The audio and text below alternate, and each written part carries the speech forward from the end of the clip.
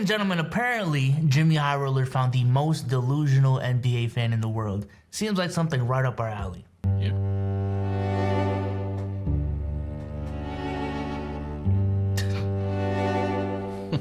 I need to know Jimmy High Roller's Twitter, bro. He's lurking. He be lurking, bro.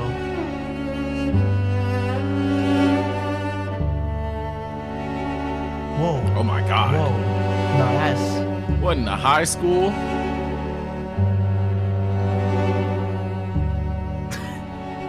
I do miss LeBron. The good old hot take. The necessary evil of the sports world. Through the good ones, the bad ones, and the downright atrocious ones. We once again find ourselves racking our brains, trying to figure out how some people come up with this nonsense. But today, I've done the brain racking for you, and found some of the hottest NBA takes on the internet. Yeah. So, buckle up. This may be a bumpy ride. I'm ready. It's been a couple months since our last edition of NBA Hot Takes, so despite my head still reeling from our last batch, we've got some new scorchers to take a look at. You'd think I'd know better than to peer into the cold, soulless abyss of casual NBA fandom by now. But I'm sick. I can't help myself. And I've got nothing better to do. So here we are. Facts. Our first take is one that's been floating around lately, and as a LeBron stan, it's really got me revved up. And the take here is that LeBron James has no bag. LeBron James, the 6'9" ambidextrous jack of all trades with over 37,000 points, has no bag. Hey, Sage, you think Bron got a bag for real? Damn, man. I've never seen Bron tween hezzy step back three. Just saying. I don't think tween splash when I think of LeBron. Do you? I don't know. I think there's levels to this. I think you have bags like, Devin Booker. You have bags like Trae Young. And you got LeBron got a little Ziploc.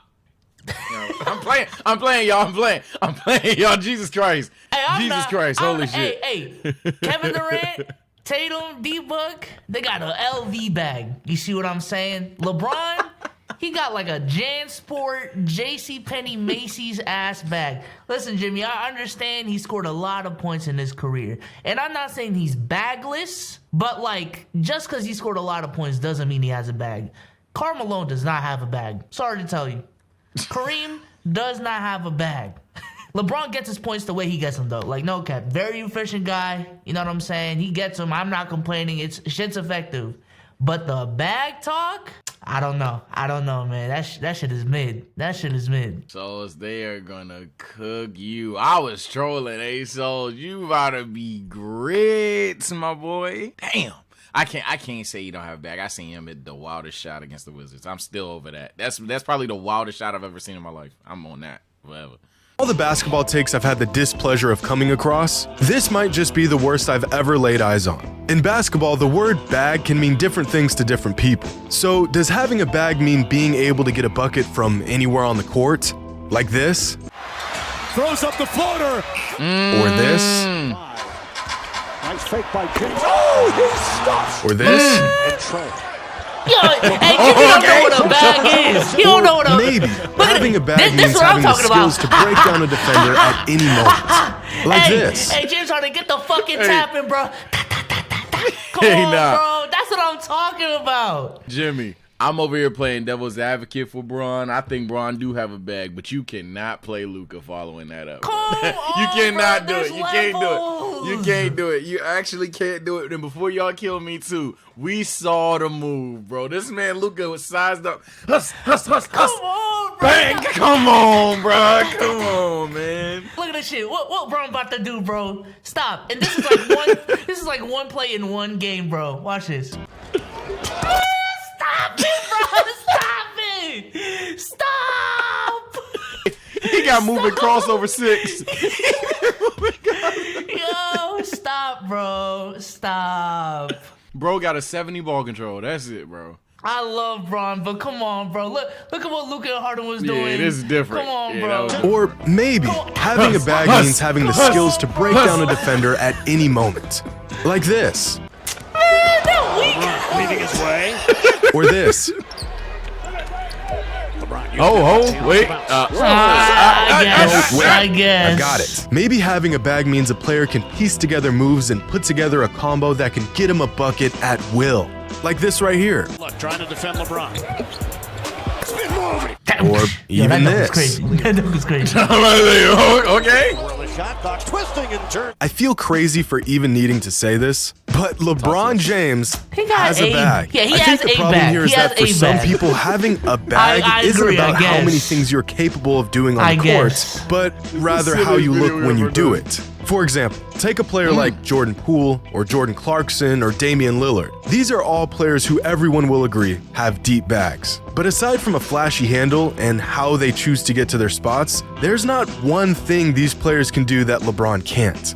Now sure, LeBron can't put together a combo like this, but getting into your bag can also look like this. I get it. LeBron has always relied heavily on his strength and athleticism. He plays Combo is stiff the and bag, robotic. right? It doesn't look pretty most of the time. Instead of shaking his defender and using pure skill to get a bucket, he'd rather put his head down and go Damn. through a defender, or just look down at the ball before hitting the grossest 30-footer you've ever seen in your life. But LeBron does, in fact, have a bag. You don't just stumble upon 37,000 points as a perimeter player without having a full arsenal of Damn. moves to deploy. He's got a post game. He's got his patented turnaround baseline jumper. He can take you off the dribble and finish with either hand. He can dribble straight into a pull-up. He can manipulate the pick and roll. He's got a filthy layup package. He can shred a double team. And considering Now that he's shit a is freight crazy. train of a human being, he's got a there relatively we tight go. handle. And why am I even saying this? He's one of the greatest players of all time. Have we lost our minds? Of all the things a player can do on the court, LeBron can do all of them besides having the ball on a string while putting on a dribbling clinic. But if that's how you But that's the thing. That's what come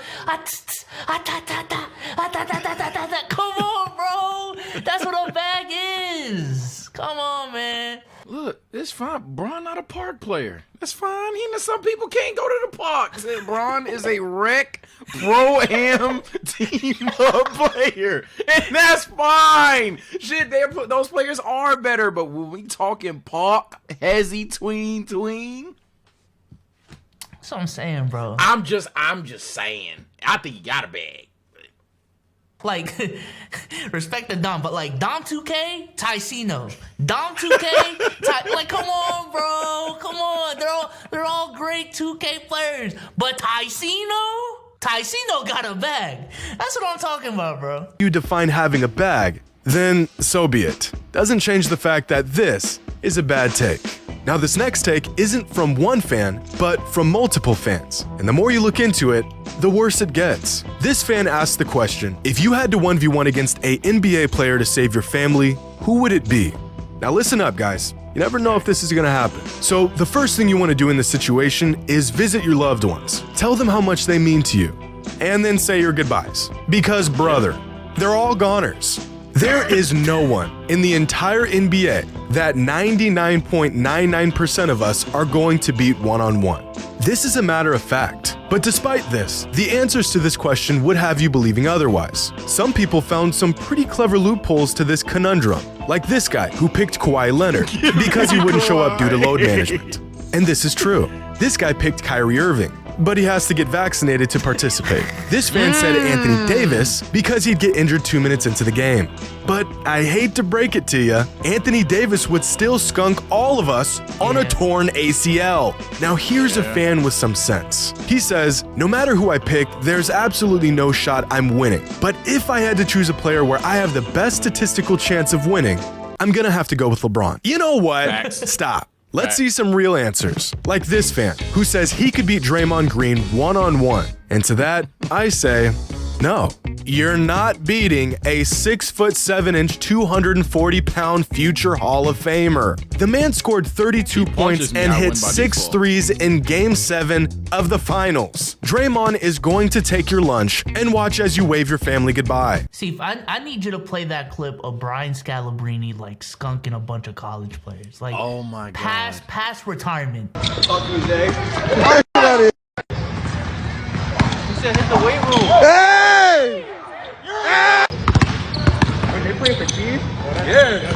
I think, like, when we talk about NBA players, man, they are truly, and I mean truly built different. Brian Scalabrine, for most of his career, was clowned for being an ass NBA player. 40-year-old Brian Scalabrine is cooking you. cooking you. And I remember I was heavy on the basketball shit on my channel. One of the main takes that they was trying to grill me for when I was like, Shaq probably shoot better than 90% of y'all. And if you want to play clips, show the clip where Shaq just goes to the gym, nothing but net, like maybe 10 times in a row. Rebound, man. Steph Curry.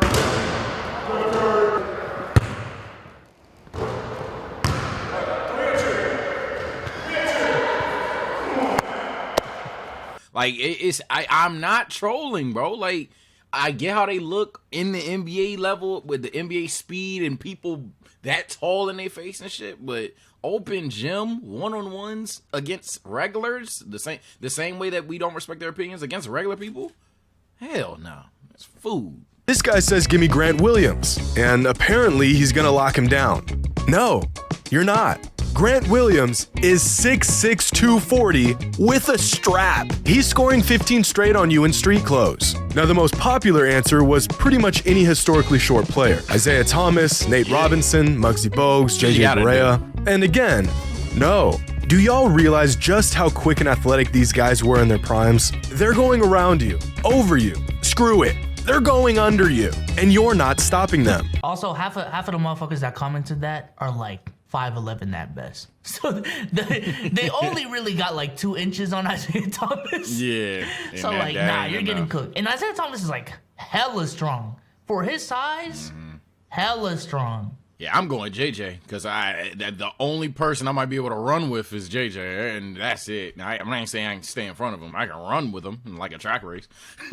like that's it. Hell nah, I ain't going Nazi. I'm cooked, bro. I'm 5'7", and I'm not athletic. So, damn. Yeah. I'm fast. Come on, Benji. I get like you say I can run and I can jump. That's it. Hey.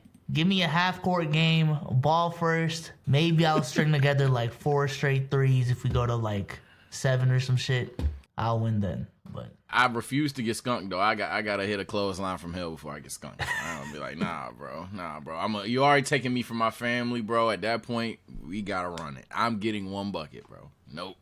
Also not gonna post them up. These guys are built like tree trunks. They're dense. You're not moving them in the post. Try it and they'll strip you before you even know what happened. Another answer that was really popular was, unironically, Ben Simmons because he can't shoot. Guys, Ben Simmons is 6'10" with a 40-inch vert. He doesn't need to shoot. He's going through your chest and packing it every single time. Kendrick Perkins? Stop. He was 6'10", 270, and the last time we saw him play normal people was in high school, where he averaged 27, 16, and 8 a game. It's not happening. No. Not a shot. Nope. Stop it. No. There's really only one correct answer to this question, and it's this one.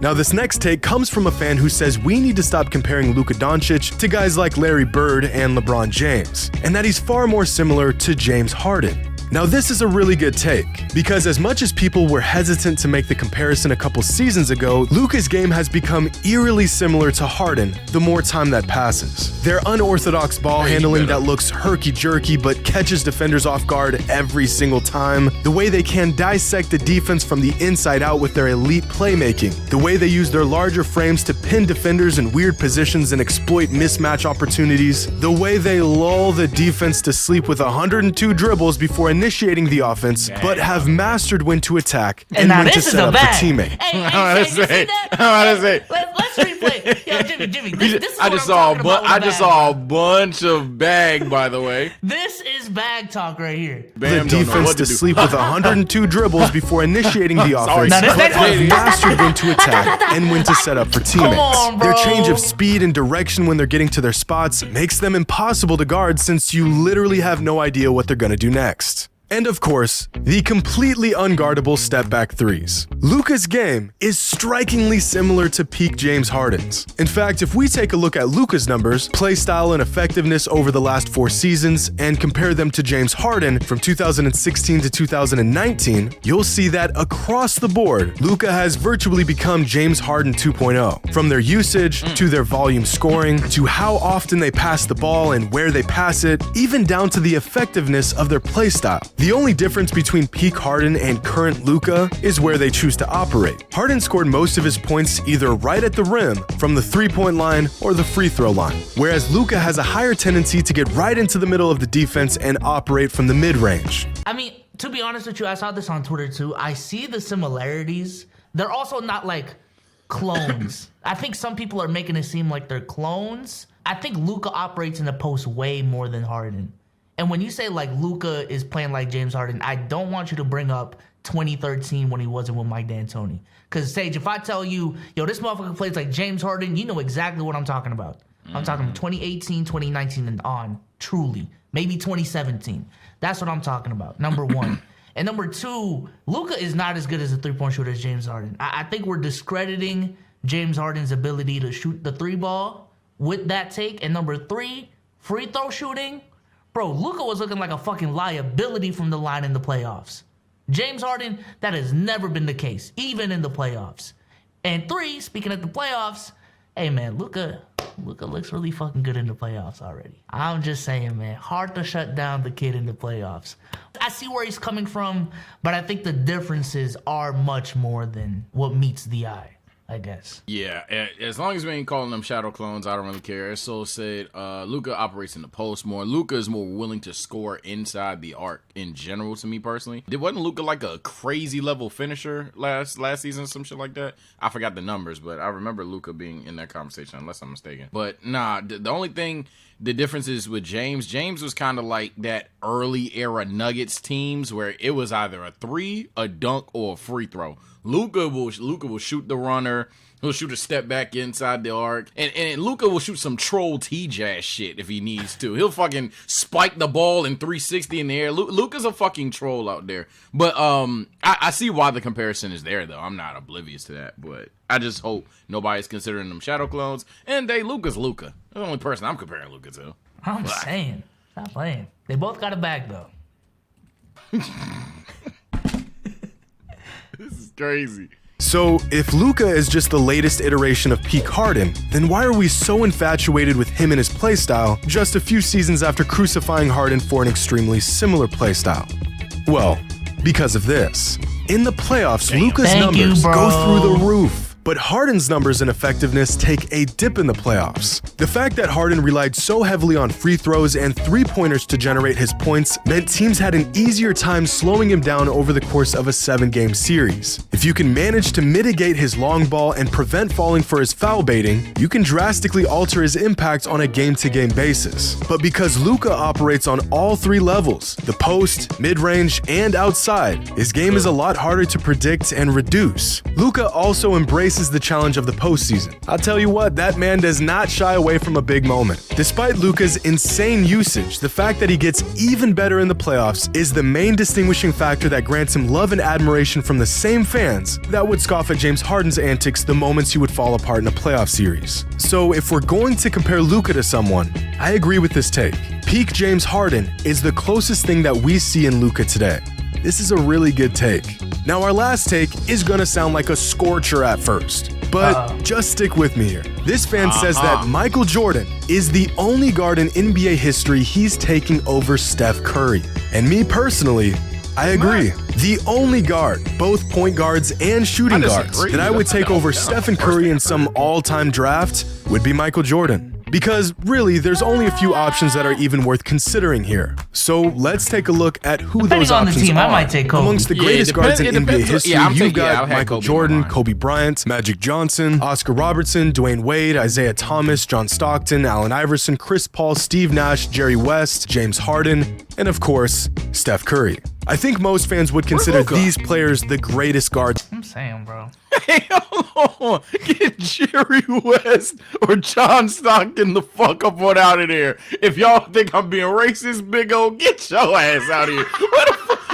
fuck is Luka? Well, come on, man. What are you doing? I think there's a couple instances too where I'm straight up taking Chris Paul, bro. Like for real. Chris But Paul is debatable. If Prime it's Chris Paul is like a debatable. first overall pick type of thing, it's really to me is MJ, Kobe, maybe Magic, and Curry. But if it's on like some, I already got my center type shit, already got my wing, and I'm looking for a number 2, then I don't know. There's just a couple cases where Chris Paul makes more sense. And to be obvious at this point, chat, but I gotta do it, we're not arguing that Curry is greater than Magic or Chris Paul is greater than Magic, but essentially, if we were constructing a team, how would they play with other talents that we may get later in the draft? Chris Paul plugs in way better. We know he hasn't won, but Chris Paul plugs in a lot better for most teams than Magic Johnson would, considering Magic's lack of a 3-ball, considering Magic's ness on defense, you feel me? Especially when you compare him to Chris Paul. So, but I definitely had to clear that up for y'all. I'm probably taking MJ and Kobe locked up, so I probably disagree, but it's not the worst thing I heard. Of all time. But as incredible as all these players are, it's pretty clear that there's 2 distinct tiers of players here. You've got MJ, Kobe, Magic, and Steph, and then everyone else. So right off the bat, we can narrow it down to these 3 options. We already established that MJ's getting picked first in any scenario. I mean, you could ask me who I'd pick to run center on my all-time team, and I'm still picking Mike, which narrows our options down to Kobe and Magic.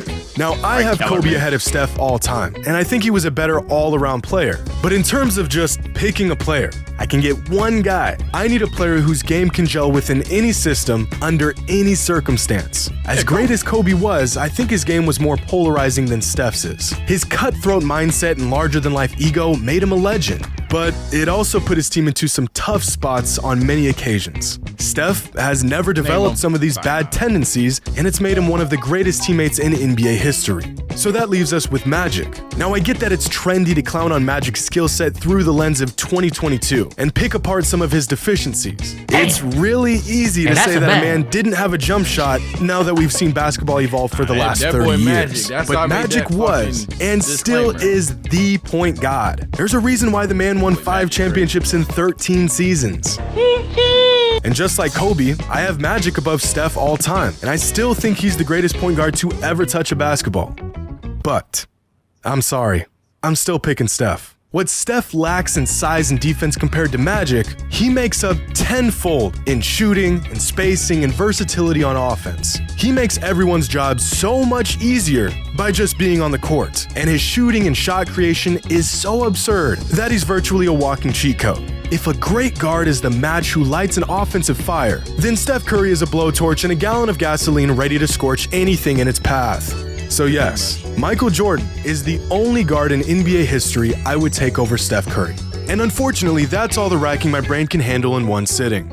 But before I let this go, if you had to 1v1 a NBA player to save your family, who would it be? Leave a comment below with your answer, and as usual, the hotter the take, the better.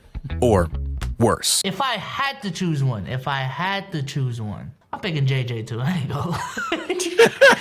Shout out to JJ, man, but I don't know.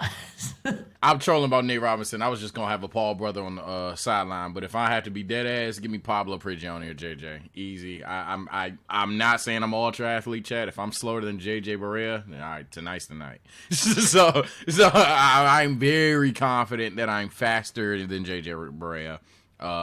I ain't gonna say stronger and no shit like that, but I'm definitely faster. So if I can not keep up in terms of staying in front of him, but if I can at least run with the motherfucker, that's my best shot. It's my best shot. Listen, man, we did a video where we reacted to your hot takes, so go ahead, check this out right here. Shout out to Jimmy for the video. It was a good video. Bron has a mid bag, and we'll catch you on the next one, man. Peace out. Peace.